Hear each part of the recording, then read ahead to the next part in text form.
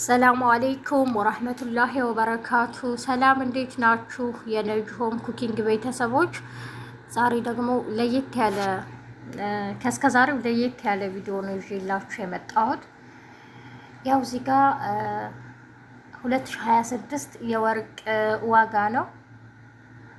የወርቅ ዋጋ በየጊዜው ከፍ ዝቅ ይላል እና ያው ወርቅ ነው። ልብስ ገዝተን ብንሰበስብ ምንም ጥቅም የለውም። ወርቅ ግን ወርቅ ነው። ነገ ቢቸግር ይሸጣል። ነገ ለሆነ ጉዳይ ብንፈልገው መሸጥ እንችላለን። ኢትዮጵያ ግራም 28,000 ነው በአሁኑ ወቅት ማለት ነው 1 ግራም። እና እህቶቼ ወርቅ ግዙ። 1 ግራም ለምን አትሆንም? ልብስ ከምገዙ ወርቅ ግዙ። እና ደግሞ ለስራ ስለምፈልገው ይህን የዩቲዩብ ቻናል ሰብስክራይብ አድርጉ። በያላችሁበት ሰላማችሁ ይብዛ። መልካም ቀን